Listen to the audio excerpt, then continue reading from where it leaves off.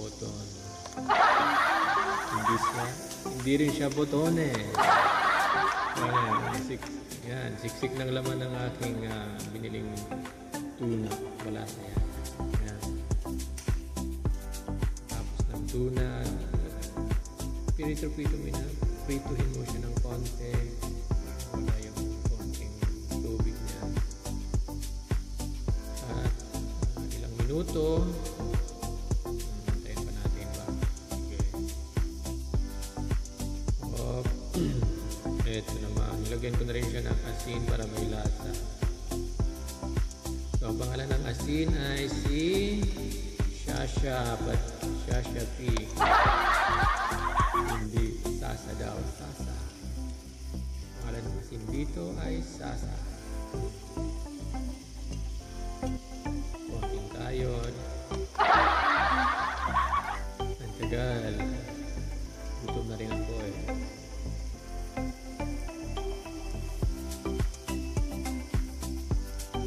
Kailangan matagal ang pagsasama para masarap ang buhay. Pagsasama. At lalagay na siya ng black pepper. At may spicy na, lagyan natin siya ng pepper. Ang dami nun. Dami nun nalagay. Hindi ko na natansya. Tatansya na lang. Ayaw sa iyo. Ayaw sa iyo. Panlasa.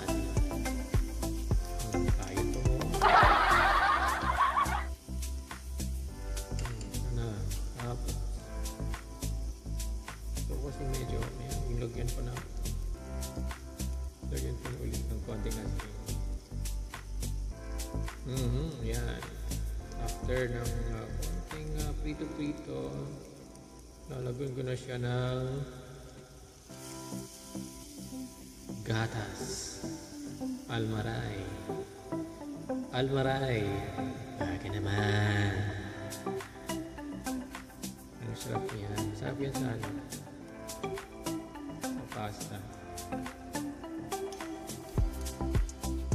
Kahit anong gatas ang gagamitin, pwede. Pero kung gumamit siguro kayo ng mga powder, gano'n, magkano lang yung powder.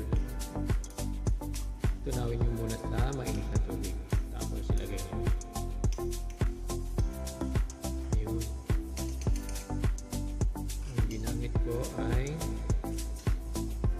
fresh milk ng Almaray.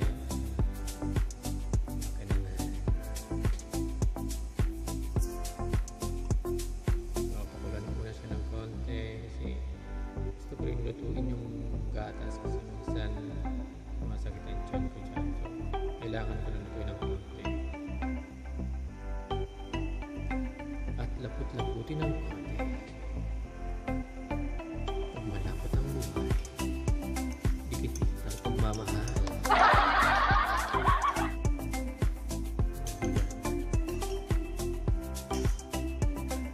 Yun.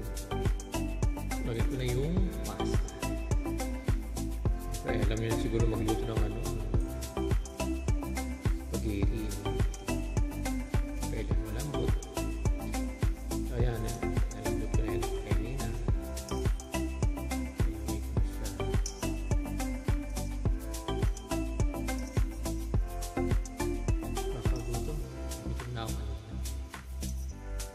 Kailangan mabilisan pagluto. So, ilang minuto ko lang pag niluto eh. Basta nalambot na yung spaghetti pasta. Yung ano yan. Mabilis na yan. Gigisa ka lang ng bawang sa butter. Muna yung yung tuna. Tapos nito, lagay mo yung milk, palaputin ng konti, at ayan, natapos na. Ayan, plating na ako. Kailangan ng plating. Kailangan natin ng plating sa buhay para maganda ang buhay pagsasama. So, ayun. So, ayan, konting tuna, konting spice. 150 na siguro ito sa oats and poodle, diba? Ayun. At sinama ko na ang bread ko. Oh, ganda. Thank you. Isa pa nga. Oh, ito lang kanina, ang dami. Ang dami kumalaki. At yan, titikman na natin.